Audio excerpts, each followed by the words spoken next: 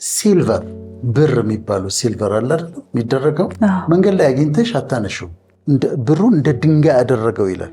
ሞገስ ከፈጣሪ የሚሰጠን ሽልማት ስጦታ ነው። ብልጣብልጥነት ሞገስ አያመጣም። የአንደበት በቃ አስቦ በጨው እንደተቀመመ ይላል። አስበሽበት መልካም ነገር ብቻ መናገር ሞገስን ይጨምራል፣ ሞገስን ያመጣል። በመከራ ሰዓት መጽናት የሚለውን ሐሳብ ነው የምናነሳው። በለቅሶ ሸለቆ በወሰነው ስፍራ የሕግ መምህር በረከትን አዟል ይላል። በፈተና ያላለፈ ሞገስ ያለው ሰው ነው አይቻለው።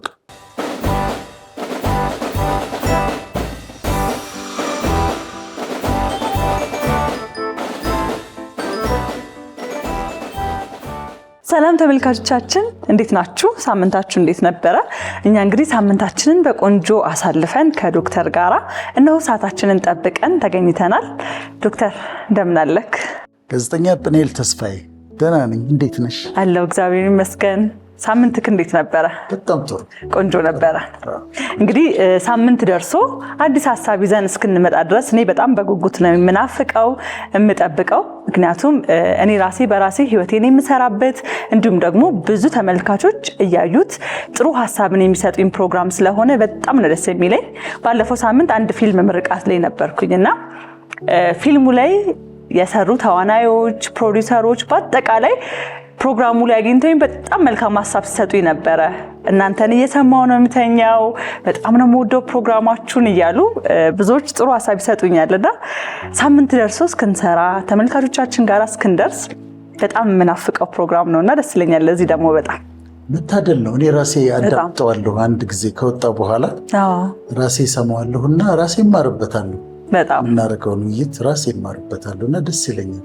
በጣም መልካም። እንግዲህ ተመልካቾቻችን ዛሬም ሐሳብ ይዘን መተናል። ለምንነጋገርበት ሐሳብ ዛሬ ደግሞ የሚሆነው ስለ ሞገስ ወይም ደግሞ ሰዎች ግሬስፉል የሆነ ህይወትን ለመኖር ሞገሳም የሆነ ሰው ለመሆን ምንድነው ማድረግ ያለባቸው የሚለውን ሐሳብ አጽንኦት ሰጥተን እንነጋገርበታለን። ከዛ በተጨማሪ ደግሞ ሞገስ ራሱ ምንድነው የሚለውንም ሐሳብ እናነሳለን። ብዙ ጊዜ ሰዎች ፊዚካሊ ወፍራም ረጅም ሲሆኑ ሞገሳም ናቸው፣ አቤት ሞገሱ ይባላልና ሞገስነት ከፊዚካል ጋር ነው የሚገናኘው ወይስ ደግሞ ከዛ ባሻገር ያለው ሞገስ ምን አይነት ነው የሚለውን ዛሬ በእውቀት አልማዞች ፕሮግራማችን በሰፊው እንቃኛለን።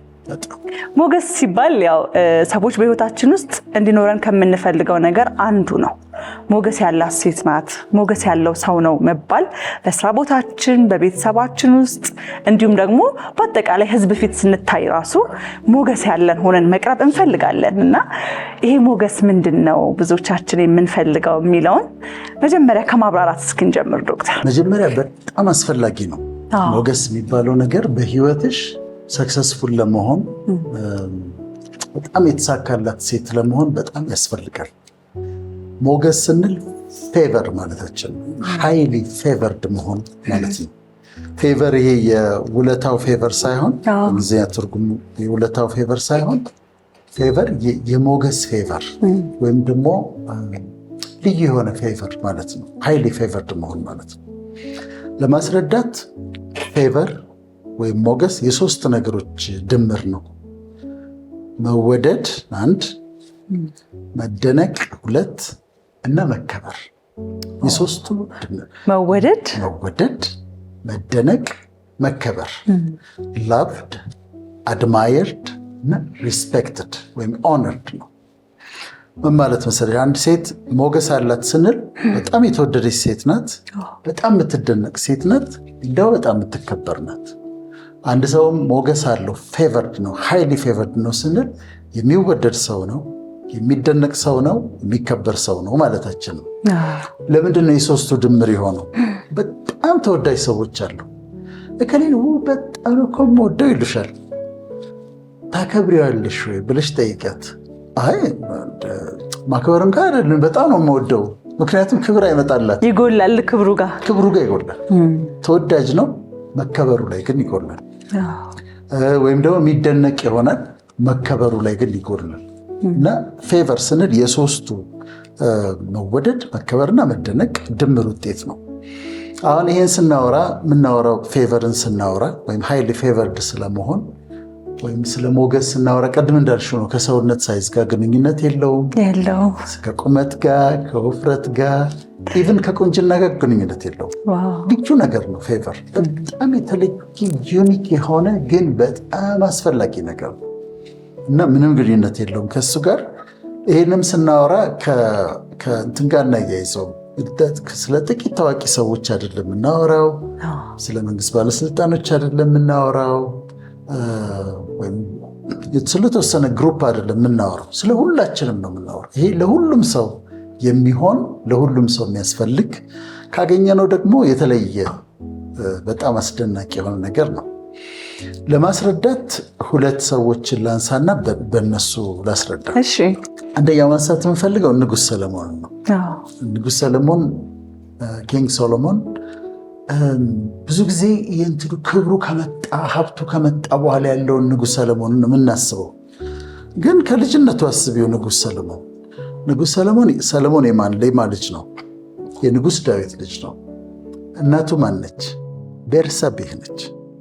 ቤርሳቤህ ማለት ንጉሥ ዳዊት ከኦሪዮን የነጠቃት ሴት ነች። ስለዚህ በምን ሁኔታ የመጀመሪያ እንደውም ከቤርሳቤህ የወለደው ልጅ ተቀስፏል። ከዛ ሁለተኛ ልጅ ነው ሶሎሞን ማለት እና በዛ አይነት ነው ያደገው። በቤቱ በህይወቱ የቤርሳቤህ እኮ ልጅ ነው ብላ የሚባል ነገር ነበረ። አንገት የሚያስደፋው ነገር ነበረ። እነሱ የአቢግያ ልጅ ነች፣ እሷ እኮ የከሊት ልጅ ነች፣ እሱ እኮ ደግሞ የአቢግያ ትዝ ይልሻል ታሪክ እኮ እንዲህ ነው የሚባልበት ልጅ ነው። ወደ ቦታው ሲመጣ ግን ሞገስ የሚባለውን ነገር እሱ ጋር ታየዋለሽ። ፌቨር የሚባለውን ነገር እሱ ጋር ታየዋለሽ። በጣም የሚወደድ ሰው ነው። በጣም የሚደነቅ ሰው ነው። በጣም የሚከበር ሰው ነው። ሌሎች ነገስታት የሰለሞንን ፊቱን ለማየት ትራቭል አድርገው ይመጣሉ። ብዙ ተጉዞ ይመጣሉ ፊቱን ለማየት። ሌሎች ነገስታት ባለስልጣኖች ሰለሞን የሚናገረውን ነገር ለመስማት ተጉዞ ይመጣሉ። ኩዊን ኦፍ ሼባን ጨምሮ ማክዳን ጨምሮ እሱን ለማዳመጥ እሱን ለመስማት ተጉዘው ይመጡ ነበር። ይሄ ምንድን ነው የሚያሳይሽ? ይሄ ልጅ ሆኖ በዛ ውስጥ ቢያልፍም ከዛ ግን ሞገስ ሲሰጠው በጣም ኢንተርናሽናል የሚወደድ የሚከበርና የሚደነቅ ሰው ሆኗል። ስለዚህ አንድ ምሳሌያችን እሱ ነው የምናነሳው። ሁለተኛዋ አንተ በግል ታውቃታለህ እንዴ ተብያለሁ። ንግስት አስቴር ኩዊን ኤስተር ስለማነሳት እሷ ደግሞ እንደዚሁ ሞገስ የነበራት ሴት ነች። ባጭሩ ምን ነበር የነበረው? አርጤክሰስ የሚባል ንጉስ ነበር። በ127 ሀገሮች ላይ ነው የነገሰው ኢትዮጵያን ጨምሮ ሂስቶሪካሊም ቢብሊካሊም። እና ለሱ ሚስት ይፈለጋል ማለት ለሱ ሚስት አስቴን የምትባል ነበረች። እሷ ቀርታ ከዛ ለንጉሱ ሚስት ለ127 ሀገሮች ደግሞ ኩዊን የምትሆን ንግስት የምትሆን ሴት ይፈለግ ተባለ። ስለዚህ ምን ታወጀ? ከየሀገሩ ቆንጆ ሴቶች ከ127 ሀገሮች ቆንጆ ሴቶች ይሰብሰቡ ተባለ። እሷ ካለችበት ከተማ ሀደሳ ነበር ስሟ አስቴር። አስገድደው ከተቷት እዛ ውስጥ። እሷ የድሃ ልጅ ነች። አባት የላት፣ እናት የላት፣ ወንድም የላት፣ እህት የላት፣ አጎት የላት፣ አክስት የላት። በችግር ያደገች ነች አስቴር ማለት ምንም ነገር የላት።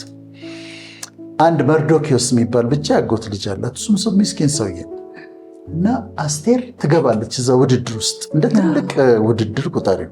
ከ127 ሀገሮች የመጡ ሴቶች የሚወዳደሩበት። እነዛ በድሎት የኖሩ ናቸው። እነዛ ጁስ ይቆመጥጣል የሚሉ ናቸው። እነዛ በሳውና በስቲም በማሳጅ ምናምን ያደጉ ናቸው። እሷ ደግሞ እንደዛ ተብሎ አልተጻፈም፣ ግን ስገልጻት በቃ የዛሬ የለበሰችውን ቀሚስ ማታ አጥባ ሌሊቱን አድርቃ የምትለብስ ሴት ነች። ማንም የላት። በድህነት ነው ያደገችው። አሁን ሴቶች ሁሉ ተሰበሰቡ። 6 ወር ተሰጣቸው ራሳቸውን የሚያስውቡበት እና ቀኑ ሲደርስ ይገባሉ፣ ሴቶቹ ይወጣሉ። ከዛ ሀገር የመጣችው ትገባለች፣ ትወጣለች፣ ሌላዋ ትገባለች። በጣም ቆንጆ ሴቶች ናቸው። በኋላ ግን አስቴር ስትገባ ንጉሱ አያት እና ሞገስ አገኘ ይችላል። ፌቨርድ ነበረች። በቃ ስታያት የምትወጃት፣ የምታደንቂያት፣ የምታከብሪያት ሴት ነበረች። ከላይ የተሰጣት ሞገስ ነበር። እሷ ነች አለ ንጉሱ።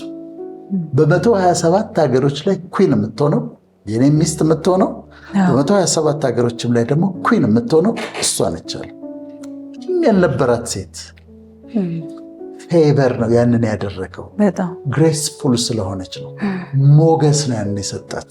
እነዛን ሁሉ ሴቶች በልጣ የተገኘችው በሌላ ነገር አይደለም። ምናልባት በቁንጅና ይበልጧታል፣ በቁመት ይበልጧታል፣ በፀጉራቸው ርዝመት ይበልጧታል።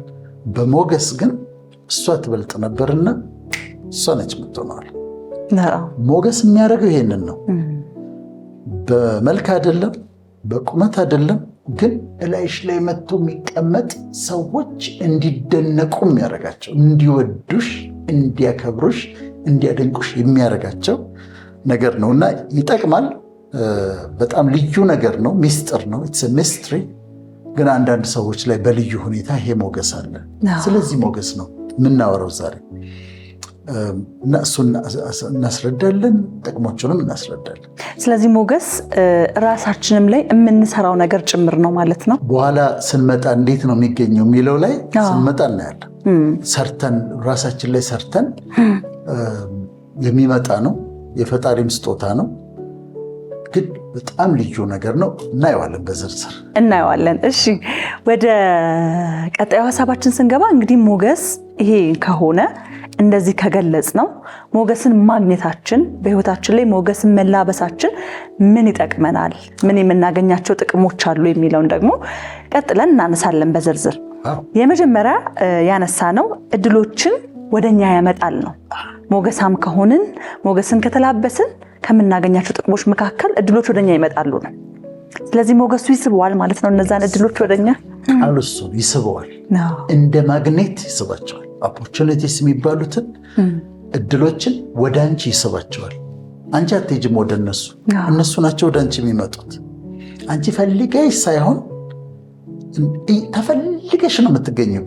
ሞገስ በአንቺ ላይ ካለ ተፈልገሽ ባለሽበት ተፈልገሽ ነው የምትገኘው። አሁን ንጉሥ ሰለሞን ሌላ ቦታ ሲሄድ አታየው፣ እነሱ ናቸው ፈልገው የመጡት። ሳባ ንግስትም እሷ ነች ፈልጋ የመጣችው። ነገስታቱም ፊቱን ለማየት ከሱ ለማዳመጥ እነሱ ናቸው ፈልገው የመጡት እና ወደ አንቺ እንደ ማግኔት እድሎችን ይስባቸዋል። አንቺ ሳታመለክቺ ሳትጠሪ ምን ሳትይ ወደ አንቺ ይጠራቸዋል። አስቴርም ተገዳ ነው የገባችው። ልወዳደር ብላ አልገባችው። ኩዊን መሆን አለብኝ አይደለም፣ በግድ ነው የወሰዷት።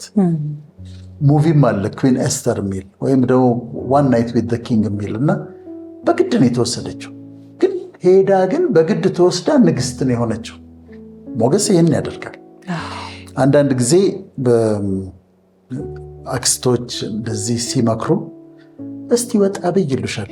እንዲባል እንዴት ይመጣል? ሰርግም ሂጂ ደግሞ ሰርግም ሂጂ ግብዣም ሂጂ ታይ እና መውጣት አለብሽ ይሉሻል ባል እንዲመጣ። ሞገስ ሲኖርሽ ቤትሽ ድረስ ይመጣል። የስራ እድል ቤትሽ ይመጣል። ባልየው ቤትሽ ይመጣል። የሌላ እድሎች አንቺ ጋር ነው ይመጡ እና ፌቨር መሰለሽ የሚያደርግ ሃይሊ ፌቨር ስትሆኚ ራሳቸው የተሳቡ እድሎች ወደ አንቺ ይመጣሉ። እኔ ራሴን ምሳሌ ባደርግ ሞገስ አለኝ ለማለት ሳይሆን ናቹራሊ ግን ነገሮች ወደ እኔ ይመጣሉ እንጂ እኔ ወደ ነገሮች አልሄድም። አመልክቼ ተወዳድሬ ምናምን። አሁን ለምሳሌ ትሬኒንግ እሰጣለሁ እና ትሬኒንግ ስሰጥ ለውድድር አስገባ ዶክመንት ይሉኛል። አላስገባም እላቸዋለሁ። አልወዳደርም እኔ ከመጣህ ና ወደዚህ እና ሃንድ ፒክ ነው የምደረገው። በሌሎችም በትላልቅ ድርጅቶች እነሱ ይመጣሉ፣ የሚፈልጉትን ነገር ይጠይቁኛል እንጂ ልወዳደር ብዬ ወይም ደግሞ ፕሮፖዛል አስገባ ምናምን ተብዬ ፕሮፖዛል አስገብቼ እንደዛ አልወዳደርም። ራሱ ይመጣል። ስለዚህ ሞገስ ሃይሊ ፌቨርድ ስትሆኝ የሚሆነው ምንድን ነው? ነገሮች፣ እድሎች እየፈለጉሽ ያሳደዱሽ ወደ አንቺ ይመጣሉ። አንዱ ጥቅም ይሄ ነው። በዛም ልክ ደግሞ በሮችም ይከፈቱልናል። ብዙ በሮች በህይወታችን የሚያስፈልጉንም በሮች ሞገሳም የሆንን ሰዎች በቃ ይከፈቱልናል ማለት ነው በቀላሉ። ሁለተኛ እሱ ነው። አንዳንድ ግሮሰሪዎች ስትሄጂ እኛ ሀገር አለ ይምታታብኛል ከውጭ ጋር። እኛ ሀገር በልምድ ግሮሰሪ ሲባል ያው መጠጥ ቤቶችም ግሮሰሪ ይባላሉ። ግን ብዙ ጊዜ ዶክተር ያው አንተ ከለመድከው ከውጭው አንፃር ሱፐርማርኬት ግሮሰሪ እንደምትል አውቃለሁ። ብዙ ውጭ ያሉ ሱፐርማርኬቶች ስትሄጂ ልክ በሩ ጋር ስትደርሺ ምን ይሆናል? አሁን ዱባይ ምናምን አይተሻል። ሱፐርማርኬቶች በሩ ላይ ስትደርሺ ይከፈታል። ራስ ገና ጠጋ ስትይው ይከፈታል። ሞገስ ላላቸው ሰዎች እንደዛ ነው በሮች። እነሱ ከመጡ በሩ ይከፈታል። አለቅ ቅድሚያ ይሰጥሻል። የምትቀመጭበት ሌላ ነው። በሮች ክፍት ናቸው ላንቺ። የግድ ነው። ሃይሊ ፌቨርድ የሆኑ ሰዎች እንደዛ ናቸው። አዳራሽ ሞልቶ ወንበር ከሌለ ላንቺ ወንበር ይገኛል። ሃይሊ ፌቨርድ ከሆንሽ እና በሮች ይከፈታሉ። ልክ እንደ ግሮሰሪ በር፣ እንደ ሱፐርማርኬት በር በሩ ጋር ስትደርሺ በሩ ይከፈታል። ወይም እንደ ኤርፖርት አለ ይመስለኛል። ንጉሥ ሰለሞን ቤተ መቅደስ ሲሰራ የራሱንም ቤተ መንግስት ሲሰራ የዛ ሀገር ጠላት የሚባሉ ሰዎች እነ ጢሮስ፣ የጢሮስ ንጉሥ ዝግባ በባህር ላይ ይልክለታል። ናቹራሊ እኮ ጠላት ነው የዛ ጋር፣ ግን ዝግባ ይልክለታል። ወርቅ፣ የከበሩ ድንጋዮች በመርከብ ጭነው ይልኩለታል። የሰዎች ልብም ከፍት ነበር። በርም ሁሉ ነገር የተከፈተ ነው። ፌቨር የሚያደርገው እንደዛ ነው። የህዝብ ልብ ይከፈትልሻል፣ በሮች ይከፈቱልሻል። የሚያስፈልጉሽ ነገሮች እየተንሳፈፉ ወደ አንቺ ይመጣሉ። ያንን ያደርጋል። አስቴር ሁለቱን ይዘን አብረን ስለምንሄድ አስቴርን ተመልከቻል። አንድ ጊዜ በአንድ ጉዳይ ህዝቧን ለማዳን ንጉሱ አርጤክሰስ ጋር ኩዊን ከሆነች በኋላ ወደ አርጤክሰስ መቅረብ ነበረባት። ንጉሱ አርጤክሰስ ጋር አንድ ህግ አለ። አንደኛ ሳትጠሪ አትመጪም፣ ሚስትም ብትሆኚ መምጣት አትችልም። ሁለተኛ አንድ ሰው ወደ ንጉሱ ከተጠጋ ንጉሱ በትሩን ካልዘረጋለት፣ ልክ ሲጠጋው አይቶ በትሩን ካልዘረጋለት ያ የተጠጋው ሰው ይገደላል። ምክንያቱም አደጋ ሊያደርስ ነው ተብሎ ንጉሱ ምልክት ካልሰጠና በትሩን ካልዘረጋ ይገደላል። አሁን አስቴር ጉዳይ ኖራትና ወደሱ ባሏ ነው፣ ግን ደግሞ ደንቡ ያ ነው፣ ህግ ነው። ወደሱ ስትጠጋ ንጉሱ ምንድን ያደረገው? በትሩን ዘረጋላት። ሞገስ አላት። መቅረብ ትችላለች፣ መምጣት ትችላለች፣ መግባት ትችላለች ማለት ነው። ሃይሊ ፌቨር ስትሆኝ እንደዚህ ማትገቢበት የለም። ለአንቺ የተከለከለ ቦታ የለም። በሮች ክፍት ናቸው። ለአንቺ በጣም የከበረ ነው፣ ጵኔል መግባት አትችልም የምትባይበት ቦታ የለም። ሞገስ ያንን ያደርጋል እና አውቆ ይከፈታል። በተጠጋሽው ቁጥር በሮች ይከፈታል። ሞገስ ይህን ያደርጋል። በሮች ብቻ ሳይሆን ስለ ሞገስ ስናነሳ ደግሞ የሰዎች ልብም ይከፈትልናል።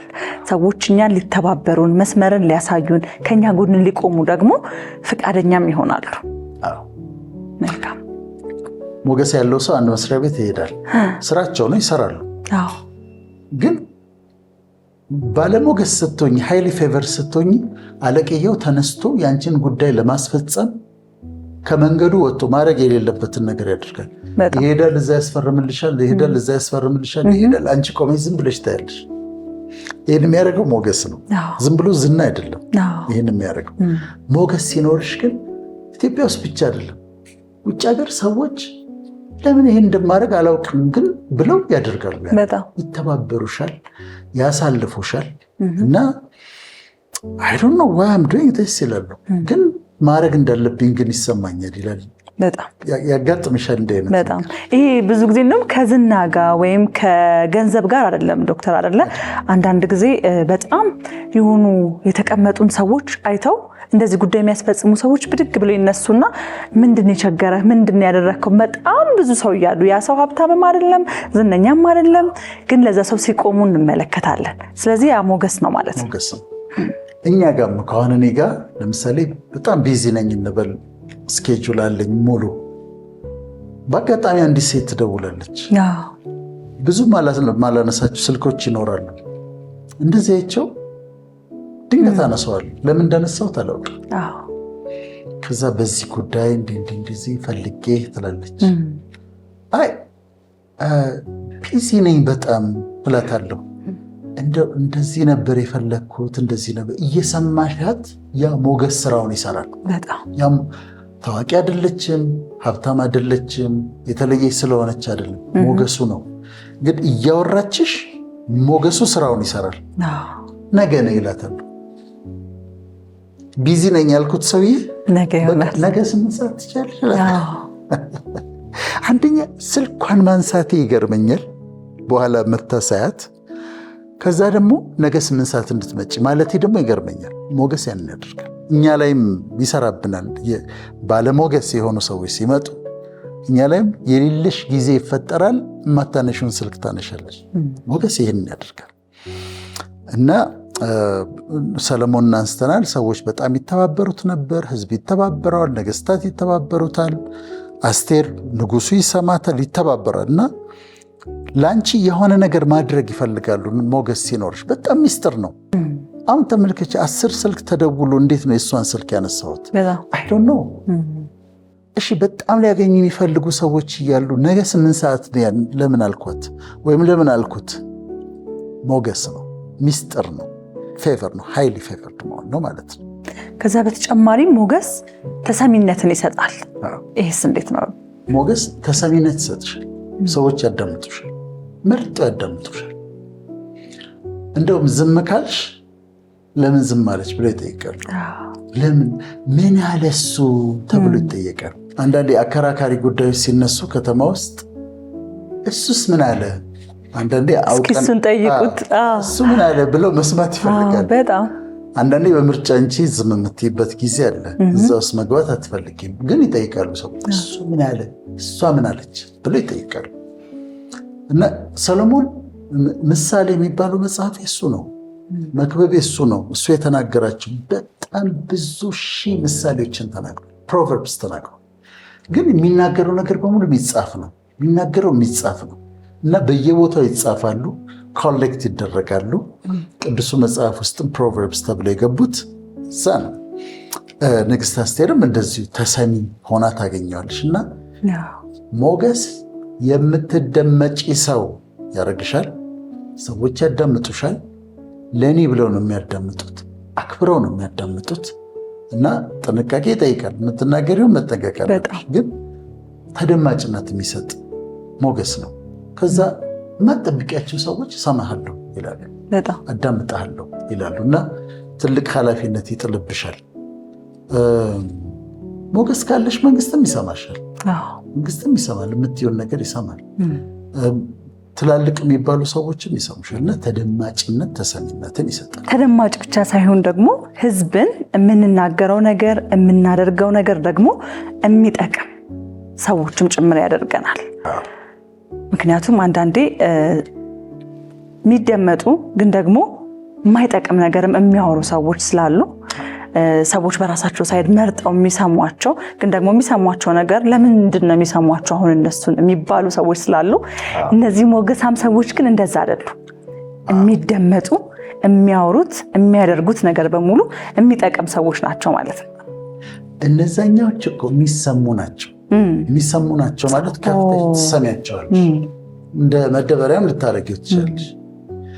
መደመጥ ማለት ግን ለእኔ ብለው የሚያዳምጡት ነገር፣ መርጠው የሚያዳምጡት አንድ ነገር አገኝበታለሁ ብሎ የሚያዳምጡት ነገር እና ሞገስ በሚኖርበት ጊዜ ሃይሊ ፌቨርድ ስትሆኚ ህዝብ የሚጠቀምበትን ነገር ይኖራል። ህዝብ ይጠቀማል። የተጎዱ ሰዎች ይጠቀማሉ። በንጉሥ ሰለሞን ጊዜ እንኳን የምግብና የልብስ ችግር ቀርቶ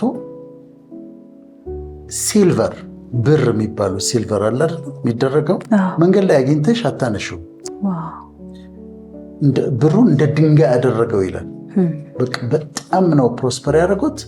ከዛ ደግሞ የምግብ ችግር የለም፣ የልብስ ችግር የለም፣ የቤት ችግር የለም። ሲልቨሩ ማንም አያነሳውም ከመሬት እንደዛ። ስለዚህ ህዝቡ ተጠቀመ። አይራብም፣ አይታረዝም፣ ቤት አለው፣ ሁሉ ነገር አለው እና ለህዝብ ጥቅም ይውላል።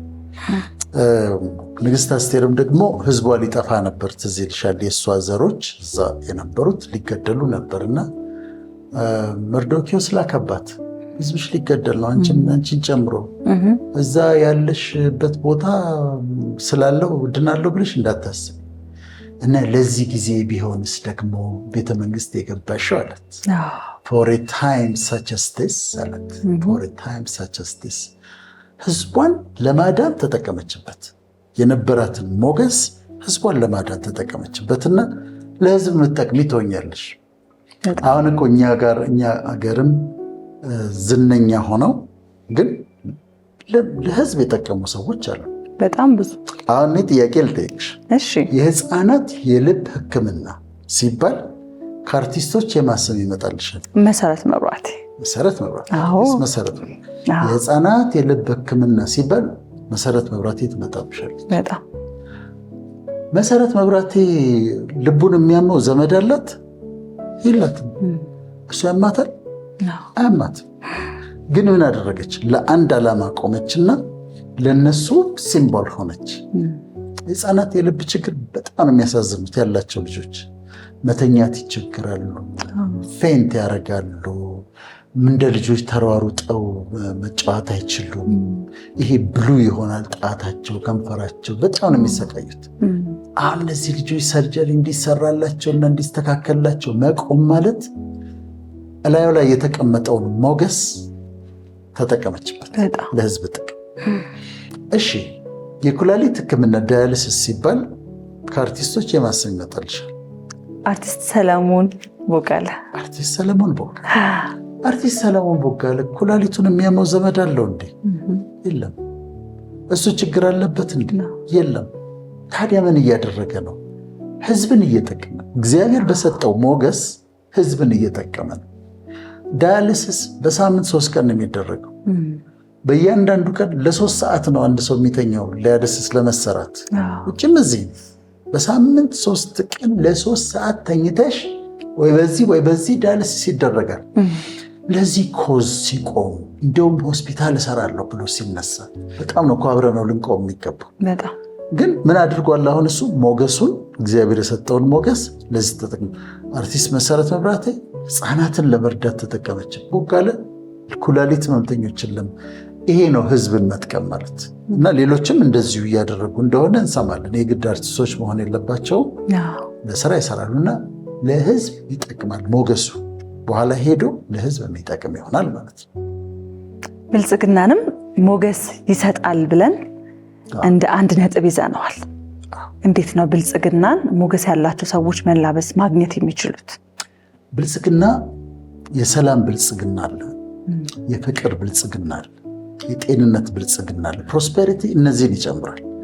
ሀብታም ሆኖ ሰላም ከሌለው እኮ ባለጸጋ አይደለም። ሀብታም ነው ግን ባለጸጋ አይደለም። ፕሮስፐረስ አይደለም፣ ፕሮስፐር አላደረገም። እንደዚሁ ጤና እንትን ካለ ፕሮስፐር አላደረገም። ሙሉ ነው። ፕሮስፔሪቲ ማለት ሀብት ብቻ አይደለም፣ ሀብትን ይጨምራል። በንጉሥ ሰለሞን ዘመን ነገስታት ስጦታ ይዘው ይመጣሉ። ከዛ ሲመጡ ስጦታ ይዘው ይመጣሉ። አንድ ቦታ ሳነብ የሳውዲ ንጉሥ ጋር ከቀረብሽ ፕሮቶኮሉ የሚለው ስጦታ ይዘሽ መቅረብ አለብሽ። ባዶ እጅ አይቀረብም። ስጦታ ይዘሽ መቅረብ አለብሽ። እና ንጉሥ ሰለሞንን ነገስታት ስጦታ ይዘው ይመጣሉ። ማክዳ ኩዊን ኦፍ ሼባ ምንድን ነው ይዛ ሄደችው? ዕጣን፣ ሽቶ፣ ወርቅ፣ የከበሩ ድንጋዮች ይዛ ሄደች። ስጦታ ይዛ መምጣት። ሁሉም ፊቱን ለማየት ከሱ ቃል ለመስማት በመጡ ቁጥር ስጦታ ይዘው ይመጡ ነበር። እና ይሄ ፕሮስፐር ያደርጋል። የተሰራውም ስራ ደግሞ ፕሮስፐር እንዲያደርግ አድርጎታል። 40 ዓመት ሲመራ ሰለሞን ሰላም ነበር። አመፅ አልነበረም፣ ጦርነት አልነበረም። 40 ዓመት ሰላም። ፌቨር ይሄን ያደርጋል። ሰላምን በቤትሽ ያመጣል። ሰላምን በምትመሪው ድርጅት ያመጣል። ባለሽበት ቦታ ሰላምን ያመጣል። ይሄን ያደርጋል። ፕሮስፐሪቲን ያመጣል። አስቴርም ህዝቧ ተከብሮ እንዲኖር አድርጋለችና ሃይሊ ፌቨርድ መሆን የሰላም ብልጽግናን፣ የደስታ ብልጽግናን፣ የሀብት ብልጽግናን፣ የገንዘብ ብልጽግናን፣ የስራ ብልጽግናን ያመጣል እና ይህንን ያመጣል ለማለት ነው። ብዙ ጊዜ እንግዲህ ሞገሳም የሆኑ ሰዎች እዚህ ጋር ከምናነሳው ሀሳብ አንጻር ጠላት የላቸውም ማለት አንችልም። ያው ጠላት ይኖራቸዋል። ጠላቶች እንግዲህ በጥላቻቸው ውስጥ ሆነው ብዙ ነገር ሊያደርጉ ይችላሉ። ግን ደግሞ የጠላቶች ጥላቻ የሚሄዱበት መንገድ አያጠፋቸውም ወይም ደግሞ አይችሏቸውም የሚለውን ሀሳብ ደግሞ እናነሳለን። ጠላት ሲነሳ ሰዎችን ዲስትሮይ አድርገው ሲያጠፏቸው ታያሉ። ሰዎቹ አይሞቱም፣ ግን ማንነታቸውን በካራክተር አሳሲኔሽን በተለያየ መንገድ ፈጽሞ ሚዲያ ላይ እንዳይቀርቡ አድርገው ሲያጠፏቸው ታያለሽ አይደል? ዘመቻ ሲደረግባቸው። ሞገስ ካለሽ ግን አትጠፊ፣ በፍጹም አትጠፊ። ሰለሞን አልሞከሩትም። አዶንያስ የሚባል ወንድም ነበረው፣ በጣም መልከ መልካም የሆነ ከመንገሱ በፊት እና ተነስቶ እኔ ንጉስ ነኝ ብሎ ነበር አዶንያስ ቀድሞ። እና አዶንያስ ንጉስ ቢሆን ደግሞ ሰለሞን ያስገድለው ነበር። አልቻለም። ሰለሞን ነው የሆነው። የዳዊት ጀነራል የነበረ ኢዮአብ ሞክሯል፣ አልቻለም። አይቻልም፣ ማጥፋት አይቻልም። ሃይሊ ፌቨርድ የሆኑ ሰዎችን ቢዘመትባቸው፣ ቢጻፍባቸው፣ ቪዲዮ ቢሰራባቸው አይጠፋም፣ በፍጹም አይጠፋም። አንድ ጊዜ አንድ ሰው አንድ ህልም አይቶ ነገረኝ እና ህልሙ በጣም አስገረመኝ። ምንድን ነው ያየው? ፎቶግራፍህ እንዲህ ተሰቅሏል አለኝ። እሺ አልኩት። እና ሰዎች በጣም መርዛማ የሆነ ነገር ፈሳሽ ያዘጋጃሉ፣ እንደ ውሃ ያለ ግን በጣም መጥፎ ነው፣ እንደ ፖይዝን ነው፣ መርዝ ነው አለ። ከዛ ይቀዱትና ፎቶግራፍ ላይ ይረጩታል።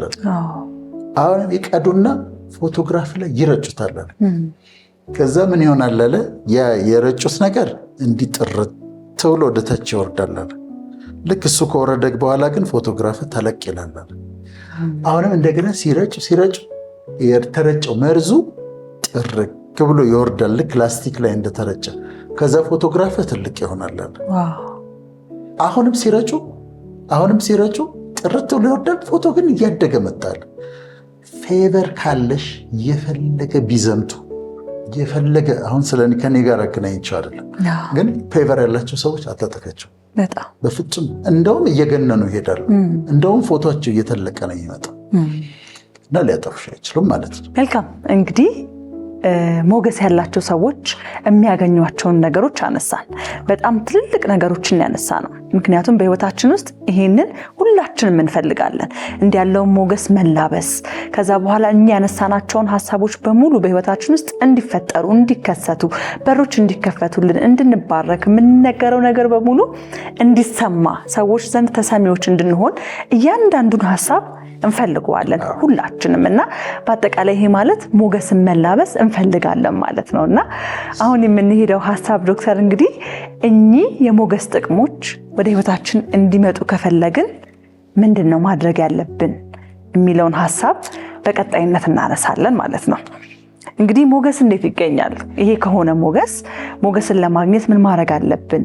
እንዴት ነው መሄድ ያለብን መንገዶች ብለን ስናነሳ አንደኛው በመከራ ሰዓት መጽናት የሚለውን ሀሳብ ነው የምናነሳው። በለቅሶ ሸለቆ በወሰነው ስፍራ የህግ መምህር በረከትን አዟል ይላል። በለቅሶ ሸለቆ በወሰነው ስፍራ የህግ መምህር በረከትን አዟል። በፈተና ያላለፈ ሞገስ ያለው ሰው ነው አይቻለውቅ። በእሳት ውስጥ ያላለፈ ሞገስ ያለው ሰው ነው አይቻለውቅ። በእሳት ውስጥ ያልፋሉ፣ ሪፋይንድ ይሆናሉ በእሳት። የወርቅን አሰራር ሁለት አይነት እያየሁ ነበረ። አንዱ ዩጋንዳ የሚሰሩበት፣ ሁለተኛ ደግሞ ኔቫዳ፣ አሜሪካ ኔቫዳ፣ ላስ ቬጋስ ያለበት ስቴት ኔቫዳ ነው የሚባለው እና ከ70 እስከ 75% የአሜሪካ ወርቅ የሚገኘው ከኔቫዳ ነው። እና ትራዲሽናሉን አየሁ ዩጋንዳ እንዴት እንደሚሰሩት፣ እዛ ደግሞ ኔቫዳ ደግሞ እንዴት እንደሚሰሩት አየሁ። እዚህ ዩጋንዳ ከጭቃ ውስጥ ገብተው ሲያጥቡ ምን ሲሉ ፕሮሰስ አላቸው የሚያደርጉት። መጨረሻ ላይ እሳት የግድ ነው። በእሳት አልፎ ነው ወርቀው ነው የሚወጣው። ዩጋንዳ ኔቫዳም እንደዛ ነው። ድሪል ያደርጋሉ፣ በጣም ወደ ታች ይቆፍራሉ። ከዛ እዛ ወርቅ ያለበትን አካባቢ ያፈነዱታል። እንደዚህ ኤክስፕሎድ ያደርጋል፣ አካባቢውን ያፈነዱታል። ባዶ ሜዳ ነው፣ እንዲፈነዳ ያደርጋሉ። በኤክስካቬተር ይዛቃል፣ ይወሰዳል። ከዛ ፕሮሰስ ይደረጋል፣ ኤሌክትሮሊሲስ ያለው ፕሮሰስ። መጨረሻ ላይ ግን የግድ በእሳት ውስጥ ማለፍ አለበት። ስለዚህ ከሞገስ በፊት መከራ ግድ ነው ማለት ነው። ግድ ነው። የለም። ሞገስ የሚለብሰው ወርቅ ፐርሰናሊቲ ነው። ወርቅ የሆኑ ሰዎች ናቸው ሞገስን የሚለብሱት። ሲልቨር አይለብስም፣ ብረት አይለብስም፣ ናስ አይለብስም። ወርቅ የሆኑ ሰዎች ናቸው። ወርቄው ደግሞ ዩጋንዳም ይሰራ ትራዲሽናሊ በእሳት ውስጥ ያልፋል። ኔቫዳም የመጨረሻ ሞደርን ፕሮሰስ መጨረሻ ላይ በእሳት ሲያልፍ ታየዋለሽ። በእሳት አልፎ ነው ወርቅ የሚሆነው ከሌላው ነገር ነጥሮ የሚወጣው ሪፋይንድ። ሞገስ ያላቸው ሰዎች ሃይሊ ፌቨርድ የሆኑ ሰዎች በመከራ ውስጥ አልፈው ነው የሚወጡት። ያለ መከራ የለም። ጎልድ ካልሆንሽ ፌቨር አትለብሽም። ፌቨር ለመልበስ ደግሞ በመከራ ውስጥ መጽናት ያስፈልጋል። በሸለቆ ውስጥ ሸለቆ በጣም የሚሞቅ ቦታ ነው፣ የማይመች ቦታ ነው፣ ውሃ የሚጠማ ቦታ ነው እና በከባድ መንገድ ይታለፋል። መልካም እንግዲህ ይሄ ጥሩ ለብዙዎች መልእክት ይሆናል ብዬ አስባለሁ። ምክንያቱም ነገ የሚመጣውን ሞገስ አስቦ ፈጣሪያችን ምናልባት ዛሬ ያለው መከራ ውስጥ እያለፍን ይሆናልና በዚህ ውስጥ መጽናት የሚለው ሀሳብ ለብዙዎች መልእክትም ይሆናል ብዬ አስባለሁኝ። በቀጣይ ደግሞ በጥበብ መመላለስም አለብን። ጥበብ ስንል ዊዝደም ማለታችን ነው፣ አርት ማለታችን አይደለም። አርት የኪነ ጥበብ ማለት ሳይሆን ጥበብ ዊዝደም፣ አኗኗር፣ አነጋገር ነው። ሞገስ የማያስገኘውን ነገር ልንገርሽ፣ ብልጣብልጥነት ሞገስ አያመጣም። ተሽሎክልኮ አይገኝም በፍጹም። አሁን አንዳንዶች ይመስላቸዋል አራዳ ሆነው በዚህ በዛ ጋር እንትናን አግኝቶ እንደዚህ አድርጎ ምን አድርጎ የሆነ ነገር ሊያገኝ ይችላል። ሞገስ ግን አያገኝም። ሞገስ የሚያስገኘው ዊዝደም። ብልጣብልጥ ሰዎች ሞገስ የላቸው። በጣም ጥሩ ገንዘብ ሊያገኙ ይችላሉ፣ ሀብት ሊያፈሩ ይችላሉ። ብልጣብልጥ ሆነው ምናምን ብለው ባለሀብት ፊት ባለስልጣን ፊት የሆነ ነገር አድርገው ፎቅ ሊሰሩ ይችላሉ። ሞገስ ግን የላቸው። ለዚህ ነው አንዳንድ ሰዎችን ስታገኝ የ300 የ400 ሺህ ብር ሱፍ ለብሶ ሽቶ ላዩ ላይ አርከፍክፎ በጣም ውድ ጫማ አድርጎ የብዙ ሚሊዮን ብር መኪና ይዞ ስታየው እንደዚህ ሞገስ የለውም። በጣም ትክክል። የለውም፣ ምንም የለውም። በጣም እና ይሄ እንትን ነው በብልጣብልጥነት ሲገኝ ነው። በዊዝደም ስትሄጂ ግን በጥበብ ስትሄጂ ግን ያ ፌቨር በህይወትሽ ይሰራል። እና በብልጣብልጥነት ሀብት ሊገኝ ይችላል። በብልጣብልጥነት ግን ሞገስ አይገኝም።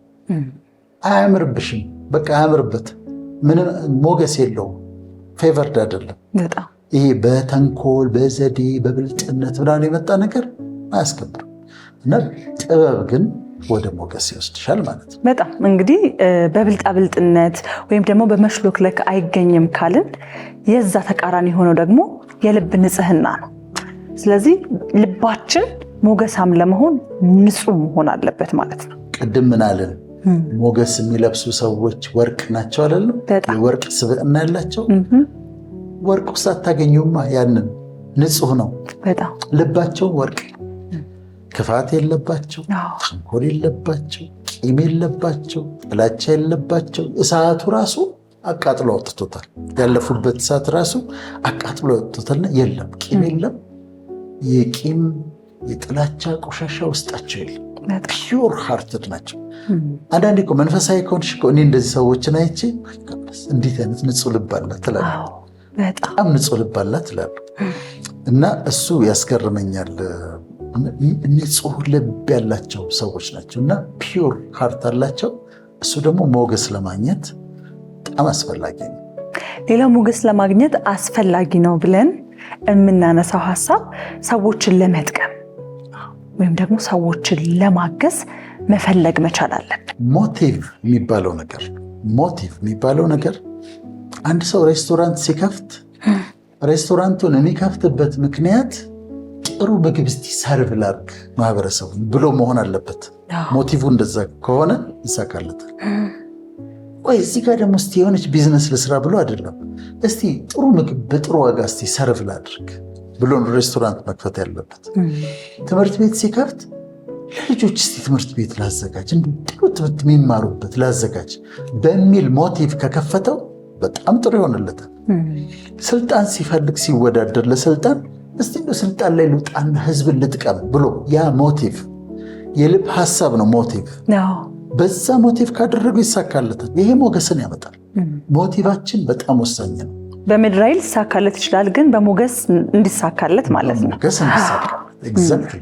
ዝም ብሎ በምድራዊ ሊሳካለት ይችላል፣ ግን ትምህርት ቤቱን ስከፍተው ልጆችን ለመጥቀም ከሆነ ሞገስ ያለው ትምህርት ቤት ይሆናል። እኔም ሞገስ ይኖረኛል። ስልጣንን የፈለኩት ህዝብን ለመጥቀም ከሆነ እኔ ላይ ሞገስ ይቀመጣል። የማደርገው ነገር ሁሉ ሞገስ ይኖረዋል። ሌላው ደግሞ ሞገስ እንዴት ይገኛል ስንል የከበረ አኗኗርን በመኖር የሚለውን ሀሳብ ነው የምናነሳው።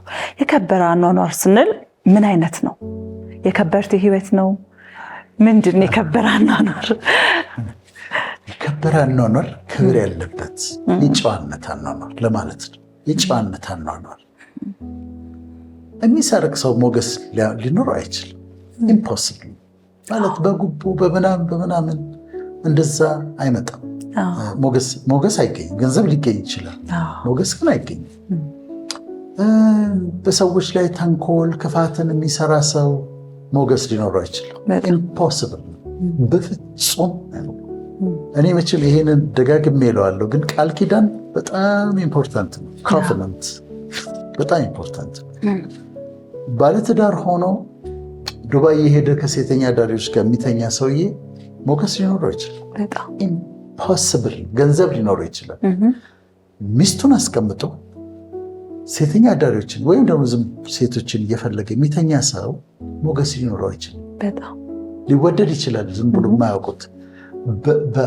በትክክለኛ ስታየው ግን ሞገስ ግን የለውም። ሞገስ የለም፣ አይመጣም። እንደዛ ለሴቷም እንደዛ የመጨረሻ ቆንጆ በጣም የምታምር ስትሳል የዋለች ብትኖር ራሷን የማትጠብቅ ከሆነ ከወንዶች ጋር ኗኗራው በኋላው ልክ ካልሆነ ሞገስ የላትም። ቆንጆ ነች ግን ሞገስ አይኖራትም። ጨዋነት ይጠይቃል ሞገስ፣ በጣም ጨዋነት ይጠይቃል። አንድ ሰው ወይ አለማግባት ካገባ ግን ኮቨነንት ነው፣ አለቀ፣ ቃል ኪዳን ነው። ከትዳር ውጭ ምንም ነገር ማድረግ የለበትም። እሷን አለማግባት መብቷ ነው። ካገባች ግን ቃል ኪዳን ውስጥ ነች።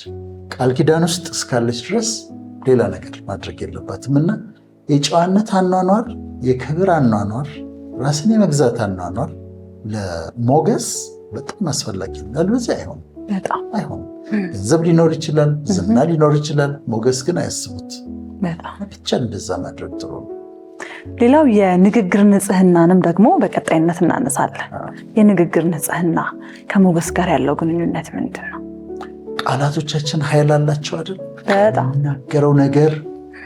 የምንናገረው ነገር እኔ ብልሽ አንድ ዓመት አያልፈንም ከአንቺ ጋር ስንሰራ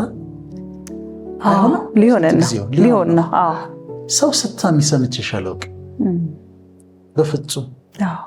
አንድ ቀን ስለ ሰው ስታወሪ ማለት ኔጌቲቭ ነገር ስለ ሰው ስታወሪ ሰምቼሽ አላውቅም። እንደውም በዙሪያ ሲነሳ ስታመልጪ ነው የማየው። ይሄ ሞገስን ያመጣል። ደግሞ ንጹህ ልብም አለሽ። አመሰግናለሁ። እዚህ ጋር እግዚአብሔር አስቀምጦሽ ደግሞ ይጨምራል። አሜን። ንጹህ ልብ፣ ንጹህ አንደበት፣ ሐሜተኛ አለመሆን። አንድ ቀን አንዲት ሴት ቆይቷል፣ ከብዙ ዓመት በፊት ነው፣ ከዚህ ከትዳር ጋር በተያያዘ ምነው ወሬ ሰምታ መጣችና ደወለችና ማየውን ነገር ተናገረችኝ። እኔ ከዛ ተረጋግቻ አናገርኳት። ባለ ትዳር ነሽ? አዎ። ልጆች አሉሽ? አዎ። 3 ነው 4 ልጆች አሉ። ልጆች ያሉት ሰው እኮ እንደዛ አይናገርም አልኳት። ልጆች ያለው ሰው እንደዛ አይናገርም። ለልጆችሽ ማሰብ አለብሽ። እኔ እያንዳንዱ የማረገውን ነገር ሳደርግ ልጆቼን አስባቸዋለሁ። ለልጆቼ መከራን ማስቀመጥ አልፈልግም። ልጆቼ በረከትን ነው ማውረስ የምፈልግ። ልጆች እናት እንዲህ አትናገርም አልኳት። ሁለተኛ ደውላ ይቅርታ ጠየቀች። ንግግር ያበላሻል። ንግግር በረከትን ይይዛል። ጸልየው ጾመው ከእግዚአብሔር እየጠበቁ ከዛ ደግሞ ቁጭ ብለው ሲያሙ በረከታቸውን ይከለክላሉ። እና የአንደበት በቃ አስቦ በጨው እንደተቀመመ ይላል። አስበሽበት መልካም ነገር ብቻ መናገር ሞገስን ይጨምራል። ሞገስን መልካም። እንግዲህ በመጨረሻም ያው ሰዓታችንን እያለቀ ስለሆነ የምናነሳው ሞገስ ከፈጣሪ የሚሰጠን ሽልማት ስጦታ ነው የሚለውን ነው የምናነሳው። እንግዲህ ይሄ ጠጠር የሚለው ይመስለኛል። ብዙ ብንለፋም ብንጥርም ዋናው ሞገስን ከፈጣሪ የምናገኝ ይመስለኛልና ዶክተር የመጨረሻው ሐሳባችንስ እንዴት ነው? እውነት ለመናገር ዋናው ይሄ ነው። ምክንያቱም የፈጣሪ ስጦታ እነዛን ነገሮች እናደርጋለን፣ በመከራ እንጸናለን፣ ጨዋነት ለመኖር ነው አንደበታችን ያልናቸውን ነገሮች እናደርጋለን። ዋናው ግን ይሄ ነው፣ ስጦታ ነው፣ ጊፍት ኦፍ ጋድ። እንደውም ፌቨር ኦፍ ጋድ ነው እኮ የሚባለው። ፌቨር ኦፍ ጋድ እሱ የሚሰጥሽ ስጦታ ስታከብሪው፣ በፊቱ ጸጋ እየጠየቅሽ እየወደቅሽም እየተነሳሽም ግን በፊቱ ስትመላለሽ ልታከብሪው ስትሞክሪ፣ ስትናገሪ ስትፈሪው፣ በአኗኗሪ ስትፈሪው ስታከብሪው የሚሰጥ ስጦታ ነው። ጀስት ጊፍት ኦፍ ጋድ እና ያመጣና ያለብስሻል፣ ያመጣና እላይሽ ላይ ያስቀምጣል። ከዛ ብዙ ጥረት አይጠበቅብሽም፣ አንቺ ብዙ መሯሯጥ እኮ አይጠበቅብሽም። ከዛ ስጦታ ነው በቃ እግዚአብሔር አምጥቶ የሚሰጠው፣ ፈጣሪ አምላክ አምጥቶ የሚሰጠው ስጦታ ነው። ግን ስታከብሪው፣ በፊቱ ስትመላለሽ፣ ፐርፌክት አይደለም ግን በተቻለ መጠን ግን በፊቱ ለመኖር ንስሐ እየገባ ከዛ ያመጣና ይልብስሽ፣ ማንም አይወስድብሽም። ቅድም ያልናቸው ጥቅሞች በሙሉ ሃይሊ ፌቨርድ ስለሆንሽ ዝም ብሎ ይሳካል። ብሩም ይከፈታል፣ በረከቱም ይመጣል፣ ሰውም ይተባበርሽ፣ ብልጽግናውም ይመጣል፣ ሁሉ ነገር ይሳካል። ዋናው ግን ይሄ ነው እና የሱስ ስጦታ ነው ማለት ነው። መልካም ዶክተር፣ በጣም እናመሰግናለን። እንግዲህ መጨረሻ ላይ ሞገስ የፈጣሪ ስጦታ ነው አለን። ስለዚህ ሁላችንም ያው በየእምነታችን በጸሎት ከፈጣሪያችን የምንጠይቀውም ነገር ነው ብዬ አስባለሁ እና አጥብቀን ፈጣሪያችንን የምንጠይቀው እንዲሁም ደግሞ ከላይ ያነሳናቸውን ሐሳቦች በህይወታችን ውስጥ ለመተግበር ለማድረግ በመጣር ውስጥ ሞገስ የተላበሰ ሰው መሆን መቻል አለብንና ይህንን ለማድረግ ተመልካቾቻችን ሁላችንም እንግዲህ የምንጥርበት እንዲሁም ደግሞ ከፈጣሪ ፍቃድ ሆኖ የምንላበስበት ዓመት ሳምንት ያደርግልን። እኛ ስለ ሞገስ ከዶክተር ጋር የነበረን ቆይታ ይህንን ይመስላል። እናንተም ደግሞ ጊዜያችሁን ሰጥታችሁ ከኛ ጋር አንድ ቁም ነገርን አገኛለሁ ብላችሁ ስለተቀመጣችሁ እጅግ በጣም አድርገን እናመሰግናለን። ሳምንት ያው ዶክተር እንደተለመደው በሌላ ሐሳብ በሌላ ገንቢ ርዕስ ከተመልካቾቻችን ጋር ከአድማጮቻችን ጋር መልሰን የምንገናኝ ነው የሚሆነው። እስከ ሳምንት ድረስ ሁላችሁም ሰላም ሁኑልን። እኛ በቃን። መልካም ሳምንት።